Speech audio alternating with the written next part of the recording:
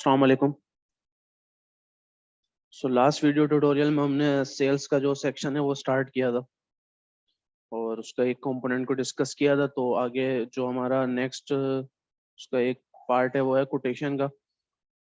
Quotation का एक जो बेसिक आइडिया वो यही है कि अगर कोई भी कस्टमर आपसे किसी भी तरीके का कोई प्रोडक्ट परचेज करना चाहता है, आपसे कोई सर्विस अवेल करना चाहता है, तो आप उसकी एक कोटेशन उसको बना के देंगे कि जो प्रोडक्ट उसको उसकी नीड है वो आप किस प्राइस पे, किस रेट पे, किस कौन सा टैक्स इंक्लूड करके, क्या डिस्काउंट प्रोवाइड करके एक इसको इनवॉइस से पहले एक कोटेशन उसको जनरेट करके देंगे कि उसका जो भी उसको प्रोडक्ट परचेज करने हैं वो उसको इस प्राइस में उसको वो चीज़ मिल सकती है।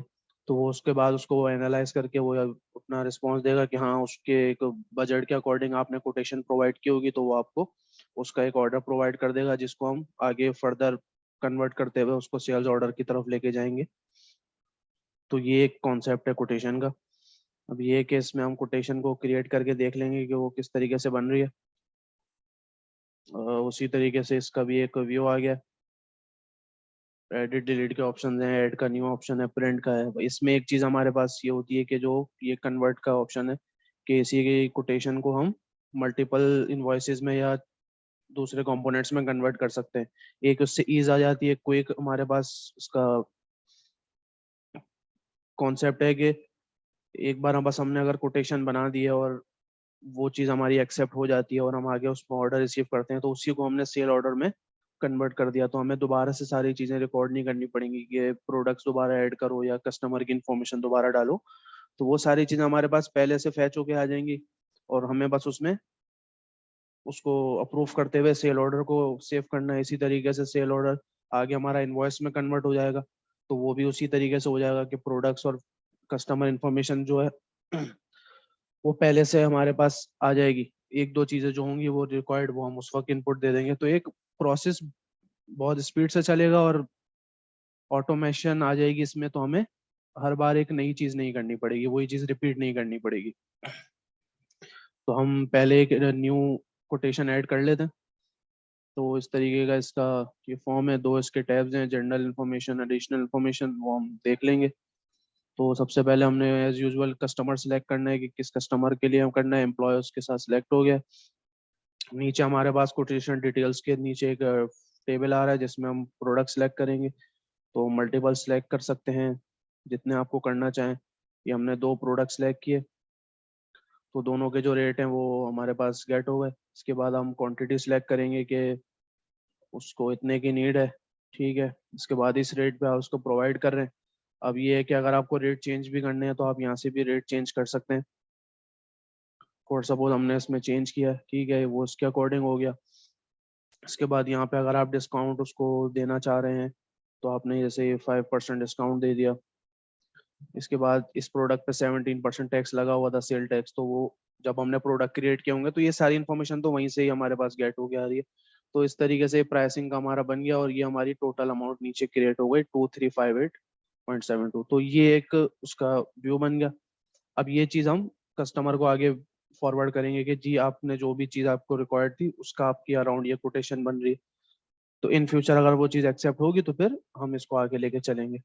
इसी तरीके से इसका जो दूसरा टैब है एडिशनल इन्फॉर्मेशन का, उसमें हमारे पास दो तीन एडिशनल चीज़ें हैं। जैसे कॉन्टैक्ट पर्सन है, जिस कस्टमर के थ्रू हम वहाँ जिससे कॉन्टैक्ट कर रहे हैं, तो हमने ऐसे नाम लिख दिया है, यहाँ पे उनका नंबर आ जाएगा। ये टर्म्स ऑफ पेमेंट है, जैसे हम क्रेडिट पे कर रहे हैं तो हमने लिख दिया जैसे 10 डेज की जो हमारे पास लिमिट है, उनको 10 डेज में हमारी पेमेंट क्लियर करनी होगी। और ये जो टर्म्स एंड कंडीशंस और ये सारी चीज़ें, ठीक है। तो ये एक इसका प्रोसेस था, इस तरीके से हमने क्रिएट किया है। जो चीज़ें हमने कस्टमर और प्रोडक्ट क्रिएट करते हुए इनपुट दे दिया था वो चीज़ें यहाँ पे ऑटो आ जाएंगी, ठीक है। तो इसमें जो भी चेंजेस वगैरह भी करने वगैरह आपने तो कर सकते हैं हम।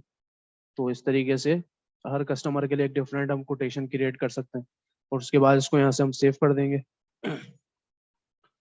ठीक है, ये हमारी कोटेशन सेव हो गई है। ठीक है, डेट आ गई है, इसमें कस्टमर का नेम आ गया है, उसमें हमारे पास टर्म्स ऑफ पेमेंट की ये सारी चीज़ें हमारे पास टेबल में आ गई। सिम यही फिर हमारे पास ये एडिट डिलीट का ऑप्शन है, ये आपको मैंने बताया कन्वर्ट का है कि इसी को हम आगे कन्वर्ट करते हुए आगे तक इसको लेकर चलेंगे जो हम नेक्स्ट ट्यूटोरियल्स में जब आगे के कंपोनेंट्स को कंटिन्यू करेंगे तो उसमें हम देखेंगे कि ये किस तरीके से हो रहा है। ठीक है। और इसके बाद ये हमारे पास प्रिंट व्यू है। इसमें दो ऑप्शन है हमारे पास के प्रिंट विद टेक्स्ट और विदाउट टेक्स्ट। कि अगर इनवॉइस हमारे पास जो हमने अभी कुछ, सॉरी, कोटेशन जो हमने बनाई अभी, उसमें हमारे पास टेक्स्ट इंक्लूड था।